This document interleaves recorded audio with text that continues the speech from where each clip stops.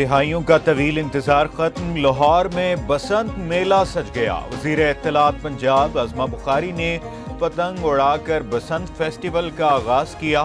شہر میں بسنت کا آغاز ہوتے ہی آسمان پر رنگوں کی برسات، شہری پیچ لڑانے لگے، چھتوں سے بو کاٹا کی آوازیں، دیگر شہروں سے شائقین کی لاہور آمد کا سلسلہ جاری۔ دعوتیں، پارٹیاں اور پکوانوں کی ہوگی تیاری۔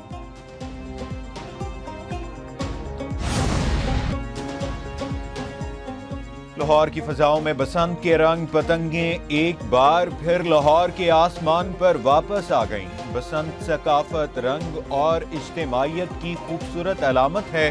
وزیر اعلیٰ پنجاب مریم نواز کا پیغام، کہا آئیے مل کر بسنت کی خوشیاں منائیں، محفوظ بسنت ہی خوشیوں کی ضمانت ہے۔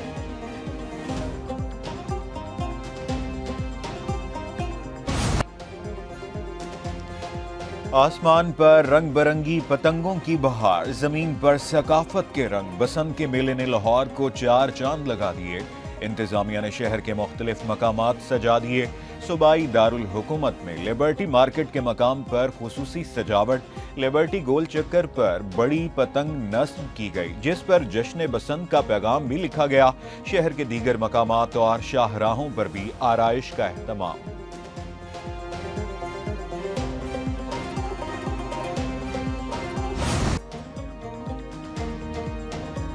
لاہور میں پتنگ بازی کے سامان کی بھرپور فروخت جاری۔ موچی دروازہ اور دیگر جگہوں پر خریداروں کا رش، ایک تاوا گڈا 500 سے 700 روپے تک بکنے لگا، 1.5 تاوا گڈا 1000 تک فروخت کیا جانے لگا، 2 پیس ڈور کا پنا 12,000 سے 15,000 روپے میں فروخت۔ شہری کہتے ہیں حکومت پتنگوں اور ڈور کی قیمتیں کم کرائے۔ سینئر وزیر مریم اورنگزیب نے کہا پتنگوں لاہور میں 6، 7 اور 8 فروری کو محفوظ بسنت کا اہتمام۔ بسنت پر اشتعال انگیزی روکنے کے لیے دفعہ 144 کا نفاذ، مذہبی ہم آہنگی اور امن برقرار رکھنے کے لیے بعض پابندیاں عائد۔ پتنگوں پر مقدس کتب، مذہبی مقامات یا کسی شخصیت کی تصویر لگانے پر پابندی، کسی ملک یا سیاسی جماعت کے جھنڈے کی تصویر والی پتنگوں پر بھی پابندی عائد، دھاتی تار اور نائلون ڈور کا استعمال ممنوع۔ وزیر اعلیٰ مریم نواز کی اچانک لبرٹی چوک لاہور آمد، وزیر اعلیٰ کو دیکھ کر شہریوں کی بڑی تعداد جمع ہو گئی۔ مریم نواز شریف کی شہریوں سے بات چیت، بچوں سے اظہار شفقت، سیلفیاں بھی بنوائی۔ مریم نواز نے موٹر سائیکل سواروں کو سیفٹی راڈ لگانے کی ہدایت کی، کہا بسنت پر موٹر سائیکل چلانے پر پابندی نہیں، اگر موٹر سائیکل پر سیفٹی راڈ نہ لگایا تو موٹر سائیکل بند ہوگی۔ شہریوں نے وزیر اعلیٰ کے منصوبوں کی تعریف کی۔